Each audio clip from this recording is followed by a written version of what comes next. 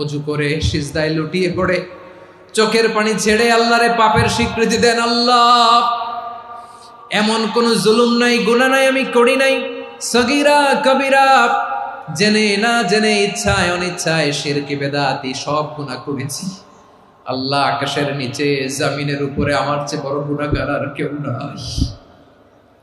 চোখের পানি ছেড়ে আল্লাহরে বলেন, আল্লাহ, আমি ছাড়া তোমার গোলামের অভাব নাই, তুমি ছাড়া আমার দ্বিতীয় কোনো রব নাই, তুমি ছাড়া তো কেউ আমার গুনাহ ক্ষমা করার নাই, তুমি আমার রব, তুমি আমার সব। বলতে পারবেন?